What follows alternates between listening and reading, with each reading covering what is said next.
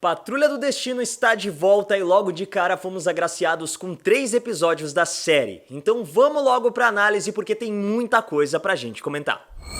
Shazukara! O primeiro episódio da segunda temporada de Patrulha do Destino é intitulado Fan Size Patrol e lida diretamente com as consequências do final da primeira temporada. Ou seja, a maior parte da equipe encolheu depois de sobreviver à explosão nuclear provocada pelo espírito negativo. Danny a Rua foi transformado em Danny o Tijolo e o grupo agora sabe da traição do Niles e que ele foi o responsável pelos acidentes que deram origem às suas novas versões. Tudo isso enquanto procuravam uma forma de proteger a sua filha Dorothy. Ah, tem mais! O Senhor Ninguém e o Caçador de Barba ficaram presos dentro da pintura que serviu como dimensão alternativa para toda essa bagunça acontecer. Se você não assistiu a primeira temporada e caiu na série de paraquedas, com certeza ficou bem perdido. Mas não tem problema, porque até mesmo quem acompanha a série também fica perdido às vezes. O interessante desse episódio é que, assim como fisicamente, os personagens também estão diminuídos mentalmente. A gente percebe um chefe que sofre por ter feito o que fez, por mais que ele não se demonstre arrependido, afinal de contas, ele faria tudo de novo para proteger a sua filha. Assim como o Cliff, que joga todas as suas frustrações nas costas do Niles. É claro, ele foi o responsável pelo que aconteceu, mas o Homem-Robô usa isso como uma espécie de fuga para se eximir de qualquer culpa. A Jane se encontra em uma luta interna com suas outras personalidades, que não estão nada felizes com o modo como ela está lidando com as coisas. Enquanto o Cyborg tenta superar os traumas do passado que continuam assombrando os seus pesadelos. As duas que se mantêm um pouco fora desse redemoinho de negatividade são a Rita, que parece ter abraçado esse lado heróico e quer se tornar melhor para ajudar outras pessoas, e a própria Dorothy, que é uma garotinha fofa, ingênua e tudo o que ela quer é uma família. Mas é claro que a presença da Dorothy nessa segunda temporada também acrescentaria uma dinâmica diferente para a série. Como nós comentamos na primeira temporada, a Dorothy tem o poder de dar vida aos seus amigos imaginários, e é aí que se esconde aquele que deve ser o grande vilão da segunda temporada da série e que foi uma das maiores ameaças à Patrulha do Destino nos quadrinhos, o Candlemaker. Mas já que a gente fala um pouco mais dele, porque faltou mencionar o Larry, o único membro da equipe que ficou no tamanho normal, já que ele não estava dentro da barata Ezequiel no momento da explosão nuclear. Agora o Larry tem que lidar com a morte do seu filho e é um momento muito triste, muito emocionante, porque nós presenciamos o Gary já velhinho, tirando a sua própria vida e mesmo no fim ele ainda se questiona se deu orgulho ao seu pai. Já que no flashback do Larry nós vemos como ele era um pai exigente, até insensível algumas vezes. E como todos pensavam que ele havia morrido, o Gary não teve esse fechamento na sua vida. Ele cresceu acreditando que o que ele fazia não era o suficiente para orgulhar o seu pai. E até ali, no final da sua vida, esse pensamento rondava sua mente. Talvez a gente não saiba, mas tenha sido até um dos motivos que levaram ele a acabar com a própria vida. Cara, como é forte o arco do Larry. Ele é o meu personagem favorito da série justamente pelo modo como os traumas dele são trabalhados. É claro que é muito divertido ver o Homem-Robô ficando puto com tudo que acontece à sua volta. A Jane sempre rouba o brilho quando ela é o foco do episódio. A própria Dorothy também tá conquistando muito espaço.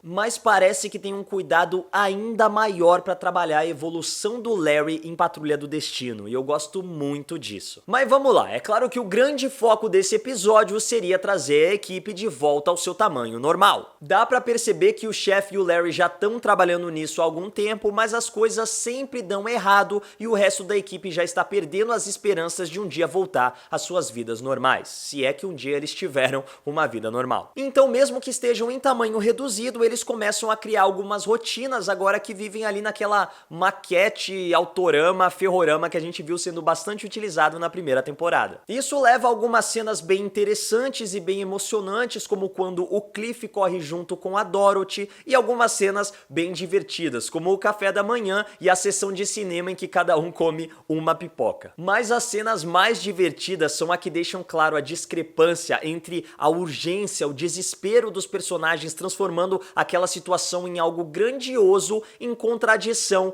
com eles estarem em um tamanho reduzido. Na cena em que o carro do Cliff é arremessado pelo túnel por um dos amigos imaginários da Dorothy, e logo em sequência a gente vê um simples carrinho de brinquedo caindo de cima da mesa, assim como quando eles se desesperam para ir atrás da Dorothy que queria ver os ratos, mas tem que esperar o elevadorzinho descer bem devagar. São esses momentos que tornam Patrulha do Destino uma série tão única. É claro que ela sabe muito bem como trabalhar os seus personagens, é claro que ela tem uma fotografia impecável, com tramas maravilhosas, mas a magia da série tá nesses pequenos detalhes, que complementam todo o resto e a tornam simplesmente incrível. Enfim, a patrulha chega pra ajudar a Dorothy, mas descobre que uma rata pariu. E aí fica tudo bonitinho, tudo certo, né? Errado, porque pra desespero de geral, um dos filhotes nasceu com algum problema e como isso aqui é a natureza, ele é devorado pela mãe. A situação é tão absurda que nem a gente como espectador sabe como agir. A Dorothy fica apavorada e surta e precisa ser acalmada pelo chefe para não sucumbir à escuridão dentro dela. Mas a cena também serve como um alerta para Jane. Assim como acontece na natureza, onde o mais fraco é devorado, as outras personalidades estão se preparando para tomar o poder. Então é bom ela também se preparar para lutar de volta. Ah, mas e aí? Agora a gente vai ter que assistir a mini Patrulha do Destino? Não, porque no final das contas o Niles invoca aquele que não queria invocar. Willoughby Kipler, certamente no ritual de invocação mais divertido já visto em uma série de TV, e faz um pacto com o bruxo. Aliás, não diretamente com o Willoughby, mas com um amigo dele, o Iceman. O chefe aceita entregar o talismã da imortalidade que carrega consigo e a pintura que abriga o Caçador de Barba e o Senhor Ninguém. Se você já leu os quadrinhos da Patrulha do Destino, sabe que Horst Iceman é o dono original da pintura que devorou Paris. Um quadro que devora qualquer um que o contemple e o envia para uma dimensão alternativa. Agora, eu não sei se eles vão adaptar esse arco na série com a formação da Irmandade do Dada e tudo o que acontece nos quadrinhos, o que é até bem plausível, tem chance disso acontecer, mas acho que pode se tornar uma repetição de plot já que a gente viu algo parecido com isso no final da primeira temporada, ou se foi só uma referência aos quadrinhos e uma forma de dizer que agora o quadro tá de volta ao seu verdadeiro dono. Mas o interessante foi o Niles ter se livrado da sua imortalidade. A Dorothy não sabe lidar com suas frustrações, não sabe lidar com medo e com diversos outros sentimentos. É por isso que o Niles a mantinha isolada no Danny, um lugar feliz e ao mesmo tempo seguro, enquanto ele procurava uma forma de se manter imortal para cuidar da garota eternamente, já que ela também parece não envelhecer. Foram assim que surgiram os experimentos que deram origem à Patrulha do Destino, como uma forma de encontrar a vida eterna. Mas agora que o Niles está morrendo, aquela entidade misteriosa na mente da Dorothy surge mais uma vez e pede que ela faça um desejo. E o interessante é que no começo do segundo episódio nós vemos o que aconteceu no início do primeiro capítulo, só que de um ponto de vista diferente.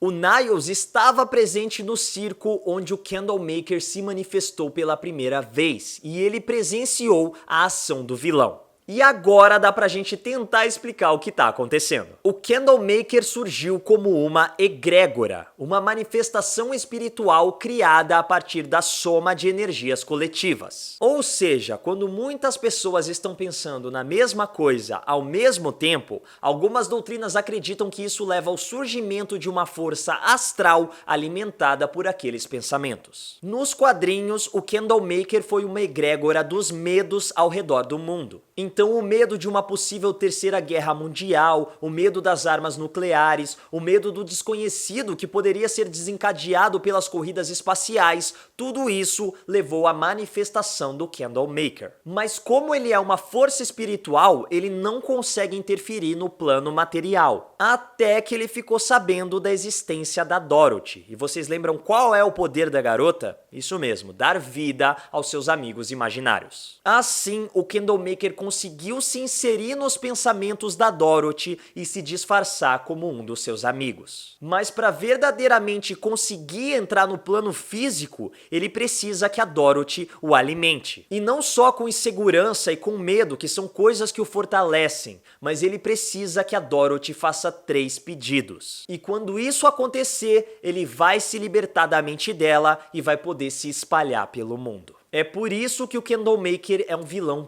tão ameaçador. Eu adorei o visual do personagem nessa cena inicial. Logo de cara a gente percebe o quão ameaçador ele é, o quão assustador ele é, e ele realmente parece ser muito poderoso. É por isso que o Niles se esforça tanto para deixar a Dorothy segura, porque ele sabe que se o Candlemaker escapar, o mundo está condenado. E é isso que leva a Patrulha do Destino a se unir mais uma vez em uma missão para tentar conseguir Continuinum, um mineral alienígena capaz de dobrar o tempo e que não necessariamente daria vida eterna ao Niles, mas conseguiria tempo suficiente para ele pensar em uma solução, já que agora parece que ele está envelhecendo muito mais rápido do que o normal. Assim, Rita, Cliff e Jane são mandados em um vórtex temporal para uma discoteca de patinação onde figuras bizarras dançam ao som de música dos anos 80.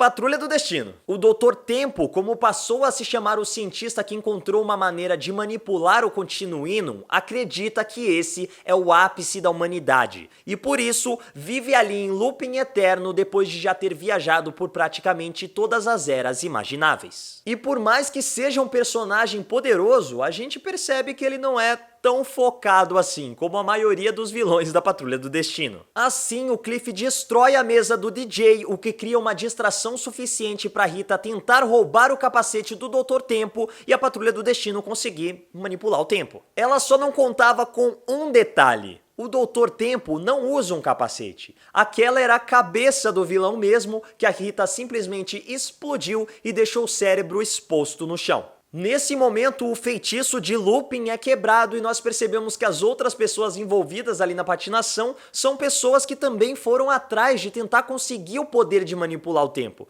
E agora todas elas estão atrás do cérebro de Continuinum. Mas quem consegue colocar as mãos no elemento primeiro são o Homem-Robô e a Jane. Só que eles ficam presos em uma espécie de looping também, revivendo traumas dos seus passados. O Cliff revive o momento em que se tornou o Homem-Robô, mas a memória da Jane é um pouco mais confusa. Ela vê uma garota sendo mergulhada diversas vezes na banheira, no que parece ser uma espécie de ritual religioso, mas logo que a gente comenta um pouco mais sobre isso. De qualquer forma, a Rita consegue voltar no tempo e tirar os seus amigos dali. Eles não conseguiram o Continuinum, mas pelo menos todo mundo saiu vivo e traumatizado. E agora o Niles precisa encontrar uma nova maneira para ganhar tempo. O interessante é que, em oposição a toda essa loucura que aconteceu no núcleo da Mansão Destino, os outros personagens tiveram histórias bem mais focadas no drama. O Cyborg mais uma vez decidiu abandonar a equipe e se uniu a um grupo de auxílio, aparentemente de pessoas que sofrem com algum tipo de transtorno pós-traumático. E mais uma vez ele tem que abandonar a sua posição de herói e se deixar vulnerável, inclusive literalmente, já que as outras pessoas não aceitam a presença do Cyborg enquanto ele não desativar o seu sistema de vigilância. Graças a esse grupo, a gente começa a ter uma aproximação entre o Victor e a Ronnie, uma aproximação que leva o Victor a encarar algumas coisas de maneira diferente, encarar algumas coisas de maneira mais humana. Desde o começo de Patrulha do Destino, a gente vem falando sobre como existe uma desconstrução do Cyborg. Ele surge como um herói, como um personagem sem falhas, sem nenhum abalo moral, e pouco a pouco isso vai sendo destruído na primeira temporada. Isso também acontece na segunda. A gente vê como, a princípio, ele não consegue enxergar as coisas por trás dos fatos, ele não consegue enxergar o algo a mais. Então, quando o moleque tenta roubar as coisas da Ronnie, ele simplesmente vê, esse moleque aqui é um criminoso, ele tem que ser tratado como um criminoso, a gente vai chamar a polícia, a gente vai prender, ele vai responder legalmente. Enquanto pra Ronnie, o simples fato deles terem capturado o moleque, falado pra ele que isso é errado e dado uma nova chance, já pode ser o suficiente pra ele repensar toda a sua vida. Esse pode ser um momento de mudança pra aquela pessoa. Isso porque a Ronnie Evers é uma adaptação do personagem Ron Evers dos quadrinhos. Nas HQs, Ron e Victor são amigos de infância, mas o Ron cresceu em um bairro pobre de Nova York e aprendeu desde cedo que muitas vezes pessoas boas são levadas a tomar atitudes ruins quando estão desesperadas para sobreviver. A amizade dos dois continua até a vida adulta quando Ron descobre que alguns funcionários dos laboratórios Star estão vendendo a sua tecnologia para grupos terroristas, e ele decide explodir o local. É claro que o ciborgue surge para impedir que isso aconteça, mas o Ron aparentemente é morto durante o confronto. Aparentemente porque os laboratórios Starr conseguem resgatar o corpo do Ron e o transformam em um novo ciborgue, e assim ele se torna um inimigo do Victor. Eu duvido que essa história vai ser adaptada dessa maneira na série da Patrulha do Destino, mas já deu pra sentir por essa cena como essas discussões que vão levar o Victor a questionar a moral das coisas devem ser uma constante pro personagem na segunda temporada. Eu espero muito que ele cresça bastante nessa segunda temporada, porque eu acho que o Cyborg tem muito potencial pra ser um personagem ainda melhor. Mas é claro que chegou a hora de falar do meu xodó. O Larry vai até o enterro do Gary e deixa o seu broche da aeronáutica sobre o caixão, mas isso chama a atenção do Paul, o outro filho do Larry, que percebe que aquele é o seu pai. De novo, é um momento tão emocionante, mas também é ao mesmo tempo desconcertante. O Paul não sabe como agir, ele fica meio sem reação, mas aquele é o pai dele, e ele tá vivo depois de tantos anos em que todo mundo pensou que ele tinha morrido. E assim ele o convida para uma homenagem que vai ter pro Gary. O Larry chega aí até o local, mas a sua ansiedade não deixa ele se unir à celebração. Mas antes de ir embora, o espírito negativo faz com que ele entre em uma espécie de celeiro, e ele percebe que o Gary passou a vida inteira procurando pistas sobre o seu paradeiro.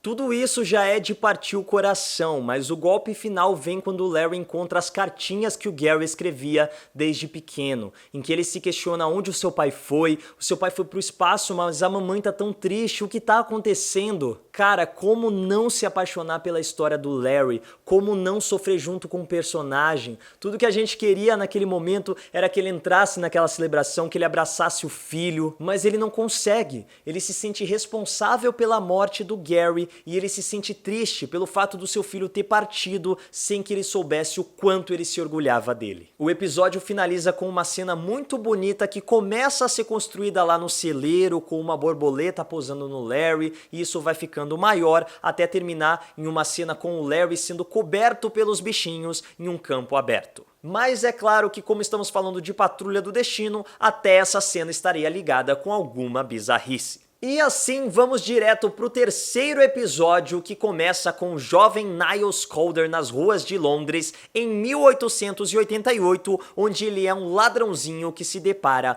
com Jack o Estripador. E aí, mais uma vez, as borboletas se fazem presentes e a gente consegue entender um pouco mais dessa história. Quer dizer, pode ser que a gente não entenda, mas eu vou tentar explicar. Red Jack é um vilão da Patrulha do Destino nas histórias em quadrinhos. Lá ele é uma entidade que se alimenta de sofrimento e por isso possui uma coleção de borboletas alfinetadas que ficam o tempo todo renovando seus poderes. Ele diz ser diversos maus que existiram ao longo da humanidade, como Jack o Estripador, e até mesmo clama ser o próprio Deus, mas pelo menos nos quadrinhos nenhuma dessas histórias do Red Jack jamais foi confirmada, então ele é apenas o vilão da Patrulha do Destino que se alimenta de sofrimento. Na série eles realmente confirmaram que o Red Jack é o Jack o Estripador e outros maus que se manifestaram ao longo da humanidade, mas também mantiveram os poderes do personagem. Agora, como a gente viu no final do segundo episódio, ele está com o Homem Negativo, e como resgate ele quer que o chefe se una a ele, como um aprendiz e um apreciador do sofrimento.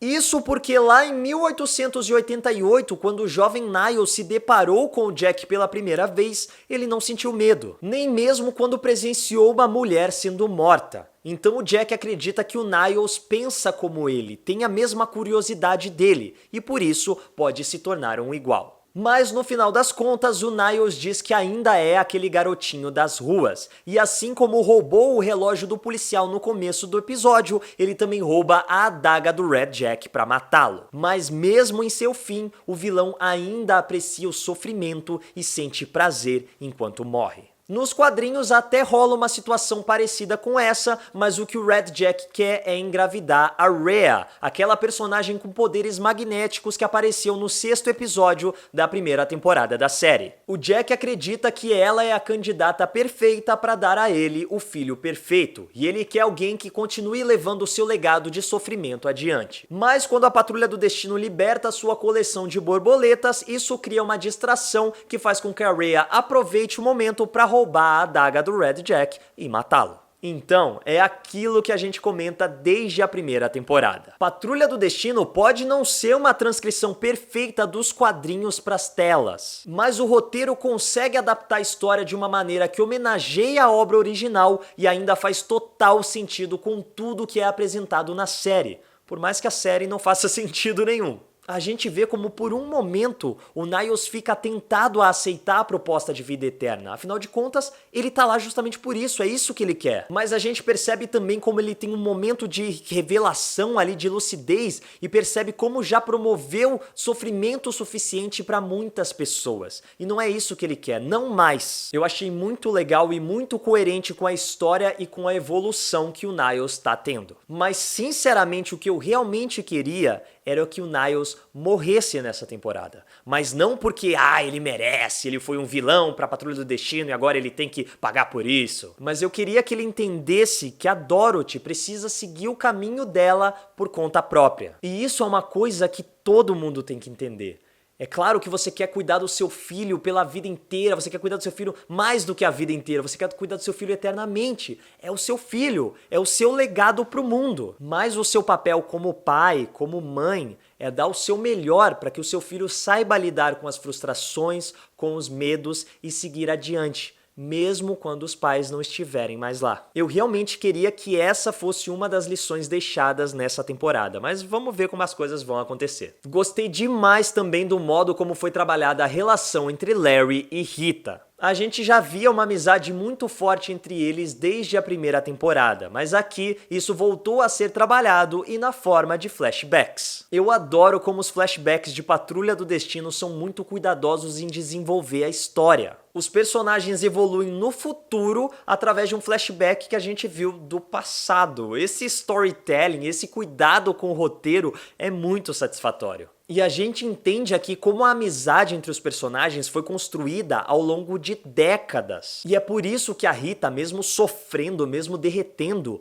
não vai abrir mão de salvar o seu amigo. Nunca vai, a gente sabe disso. Aliás, que outra cena muito forte aquela do Larry com as ataduras soltas do seu braço e as pessoas sofrendo com a radiação emitida do seu corpo. A princípio eu achei que aquela cena ia levar à transformação daquelas pessoas nas borboletas, porque elas já estavam meio que parecendo umas larvas ali, né? E se a gente parar pra pensar, isso eventualmente aconteceria, já que nós descobrimos que todas as borboletas foram vítimas do Red Jack. Mas o que tava rolando ali era uma câmara de tortura para todo mundo. As pessoas enroladas ali era o sofrimento mais óbvio, elas estavam expostas à radiação. Mas o Larry também estava sofrendo, porque ele sabia que aquilo era culpa dele. E desde o começo da série a gente vê como o personagem tem essa dificuldade em lidar com a culpa, como tudo que acontece à volta dele, ele fala, caramba, isso é culpa minha, mais uma vez, a gente acabou de sair de uma cena, de um momento muito carregado, em que ele carrega a culpa de não ter dado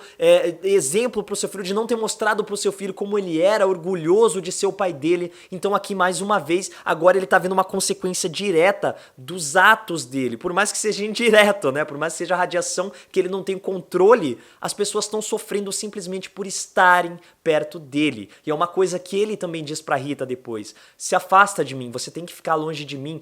Todo mundo que fica perto de mim sofre. Todo mundo que fica perto de mim morre. E a gente vê de novo o que eu falei, a Rita não vai abandonar o Larry nunca. E o Larry não vai abandonar a Rita nunca. E esses personagens são incríveis. Mas o interessante é que mesmo os outros personagens que não estavam envolvidos com o arco do Red Jack também estavam sofrendo. O Cliff resolve mostrar pro chefe que é um pai melhor que ele e decide ir até a casa da sua filha para dizer que tá vivo. É claro que as coisas não saem como ele esperava, a Clara simplesmente surta com essa revelação, chama a polícia e a gente tem alguns momentos bem divertidos do Homem-Robô também surtando. Mas apesar dessas cenas serem legais, eu acho que já tá na hora da gente ter um pouco mais de desenvolvimento do Cliff na segunda temporada. Eu sei que são muitos personagens, sei que a gente ainda teve a adição da Dorothy, são muitas tramas acontecendo, mas nós temos que lembrar que essa segunda temporada vão ter apenas 9 episódios. Ou seja, logo na estreia já foi 1/3 de série e o Homem-Robô ainda não evoluiu nada. Pelo contrário, a gente já tinha comentado como no final da primeira temporada ele parecia mais ponderado, lado, ele parecia estar dando espaço pra Jane, ele parecia estar mais um pouco mais equilibrado, um pouco mais próximo da sua humanidade, e parece que ele regrediu isso no começo da segunda temporada. É claro que isso deve ser proposital, a gente já teve alguns momentos de desenvolvimento do Cliff, alguns flashbacks mostrando a relação dele com o pai dele, como isso pode estar interferindo também no modo como ele se comporta, mas eu realmente queria um episódio focado no Cliff mais uma vez na segunda temporada. É o Homem-Robô, é o Brendan Fraser, a gente sempre vai querer mais dele. Assim como a Jane, ela foi um dos grandes destaques da primeira temporada. Eu não acho que a gente precise de mais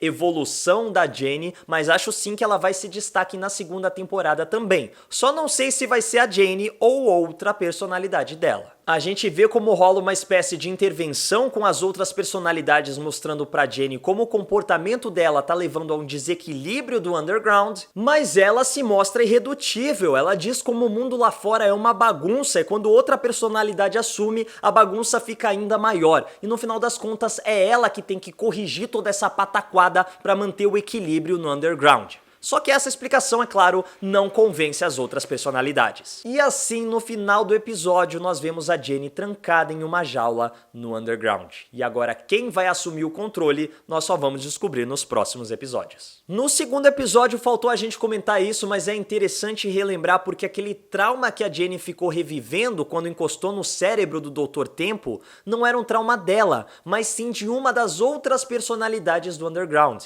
a Miranda. E eu não sei se vocês se lembram, mas eu cheguei a comentar dela nas análises da primeira temporada, quando falei que a Miranda foi a primeira personalidade que surgiu quando a pequena Kay foi abusada pelo pai. E foi o que a secretária explicou pra Jane. A Miranda foi a personalidade dominante durante muito tempo, porque ela fazia o que fosse necessário pra garota sobreviver. Ela só não mencionou o novo trauma que levou a Miranda a se destruir no poço. Ela foi estuprada mais uma vez, dessa vez dentro da igreja. Isso levou a Miranda a se destruir naquele mesmo poço que a gente viu sendo mostrado lá quando o Cliff visita o underground, e isso fez com que surgisse a Jane, que se tornou a nova personalidade dominante do underground. Mas agora as outras personalidades decidiram que é hora de mudança. E eu não sei se a gente vai ter uma dessas outras personalidades assumindo o controle ou se vamos ver o surgimento de uma nova personalidade. Aí é o futuro que vai dizer. Mudanças também que estão chegando na história do Cyborg, mas que ele ainda não parece preparado para encarar. Nesse episódio, Victor e Ronnie decidem levar o seu relacionamento a um novo passo, mas a Ronnie não parece preparada para se envolver romanticamente, enquanto o Cyborg quer mergulhar de cabeça nessa relação.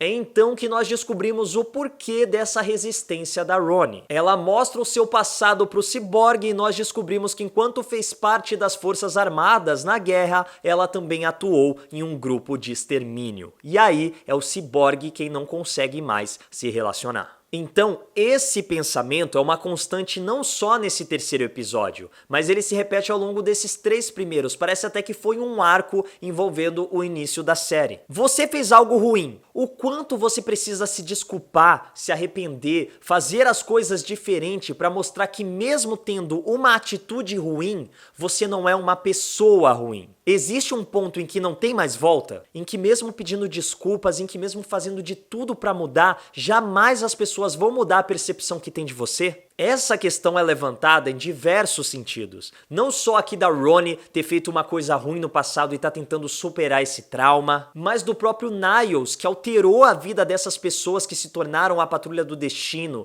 Ele realmente é um monstro. Ele tava fazendo as coisas para proteger a filha dele. O quão ruim ele é. Será que o Cliff jamais vai conseguir se reaproximar da filha dele? Isso porque ele é um pai ruim? Ele foi um pai ausente, mas como ele ia reverter essas coisas? Ele foi covarde? O que aconteceu? O fato dele ter se tornado um pai ruim é um espelho do que o pai dele também era, mas o que levou o pai dele a se tornar daquela maneira? São questões que devem ser respondidas ao longo dessa segunda temporada. Mas o que eu realmente espero que seja respondido mais rápido é o que vai acontecer com o Danny. Porque, coitado, ele foi quebrado, é claro que sem querer, pela Dorothy. Eu não acho nem de longe que esse seja o fim do Danny. É claro que sempre existe uma manifestação física do Danny, mas eu acho que assim como o Candlemaker, ele é muito mais uma ideia. um lugar feliz, um lugar seguro. E um lugar seguro não é necessariamente uma rua, muito menos um tijolo, mas pode ser algo abstrato, pode ser um pensamento, pode ser um abraço. Sem contar que tem outras manifestações do Danny aí, como Danny o Mundo e Danny a Ambulância, que eu acho que tem muito espaço para serem adaptados na série. Agora, outra dúvida que é levantada no final desse episódio é que o chefe parece estar trabalhando em um Homem-Robô 2.0. Mas o que seria isso? Será que ele vai se transformar em um novo Homem-Robô, meio que dando vida àquela visão que ele teve quando o Red Jack estava torturando o chefe? Mas com isso ele vai perder a sensibilidade, ele vai